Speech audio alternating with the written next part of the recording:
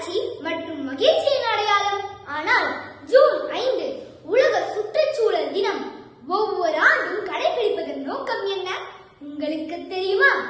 உலகத்தின் நிலையை உறக்கச் சொல்லி விழிப்புணர்வை ஏற்படுத்த உருவாக்கப்பட்ட நாள்.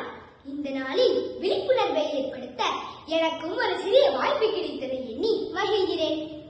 சுற்றுச்சூழலை பற்றிய கருத்துக்களை இணையத்தில் தேடிய பொழுது என் கண்களில் சில வரிகள் பட்டது. கண்கலங்கி போனேன். இதோ உங்களுக்காக.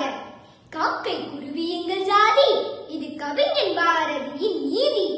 பார்க்கும் இடமெல்லாம் வீடு, இங்கு பறவைக்கு எங்கே கூடு? பார்க்கும் இடமெல்லாம் வீடு, இங்கு பறவைக்கு எங்கே கூடு? சிட்டுக்குருவி என்ன ஆச்சு, அதன் சித்திர அழகு எங்க போச்சு?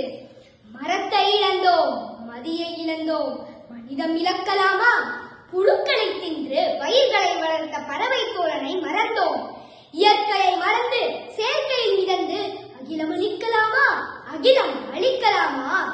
இன்றைய சுற்றுச்சூழலின் நிலையை எடுத்துச் சொல்லும் என்ன ஒரு அற்புதமான வரிகள்! சுற்றுச்சூழலை பாதுகாப்பது மிக பெரிய சவால் தான். முதல் காரணம் மக்கள் தொகை பெருக்கம். இந்தியாவில் மட்டும் ஒரு நாளுக்கு 70,000 குழந்தைகள் பிறக்கின்றன. மக்கள் தொகை பெருக்கத்தால் தேவைகளும் அதிகமாகின்றது. காடுகள் வீடுகளாய் மாறிப்போக, ஏரிகளும் அடுக்குமாடி குடியிருப்புகளாய் மாற, மண்ணும் மழை நீரும் பிதுங்கி கண்ணீர் விடுகிறது.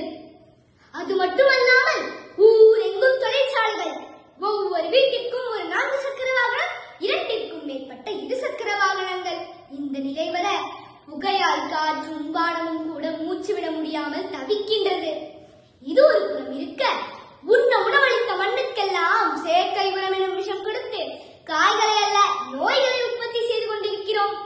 இதனால் பெண் மட்டுமல்ல, இங்கு மண்ணும் மலராகிறது. நீந்தி விளையாடி குளித்து கொடிக்க நீர் கொடுத்த ஏரிகளும் வாய்க்கால்களும் இன்று நெகிழி பைகளாலும் கழிவு நீர்களாலும் சாக்கடையாக மாறிவிட்டது. தொழிற்சாலைகளில் இருந்து வெளியே வரும் கரியமில வாயுக்களால் ஓசோன் படலமே ஓட்டையாகிவிட்டதாம். ஊர் வந்ததும் காரின் ஜன்னலை திற, காற்று விரட்டும் என்ற ஆசையாய் பலர் சொல்வதுண்டு. ஆனால் இன்று துர்நாற்றம் தான் வீசுகிறது. ஊரின் ஆரம்பத்திலும் முடிவிலும் குப்பைகள் மழை போல் குவிந்திருக்கின்றன, மக்காமல். இயற்கை வளங்களை பாதுகாக்க தவறிவிட்டோம். மரங்களை வெட்டி பருவநிலை மாற்றத்தையே மாற்றிவிட்டோம். கழிவுகளை கடுகளவும் கவலையின்றி நினைத்த இடமெல்லாம் தூக்கி எறிய பழகிவிட்டோம். காற்றும் நீரும் காடும் மழையும் இயற்கை தந்தவரம் நமக்கு. கை நழுவ விடலாமா? என் அருமை நண்பர்களே, இதற்கு தீர்வுதான் என்ன? என்னிடம் இருக்கிறது, கேளுங்கள். தடை விதிப்போம், தடை விதிப்போம். நெகிழின் பயன்பாட்டை அல்ல, நெகிழின் உற்பத்திக்கே தடை விதிப்போம். மரம் வளர்ப்போம், மரம் வளர்ப்போம். வீட்டுக்கு ஒரு மரம் அல்ல, ஆளுக்கு ஒரு மரம் வளர்ப்போம். மழையை பூமிக்கு வரவேற்போம். தவிர்த்திடுவோம், தவிர்த்திடுவோம். செயற்கை உரங்களை தவிர்த்திடுவோம். மண்ணும் கொஞ்சம் மகிழட்டும். கட்டுக்கடுங்காமல் கழிவுகளை வெளியேற்றும் தொழிற்சாலைகளுக்கு கடுமையான தண்டனைகள் விதிப்போம். நீர்வளம் காப்போம்.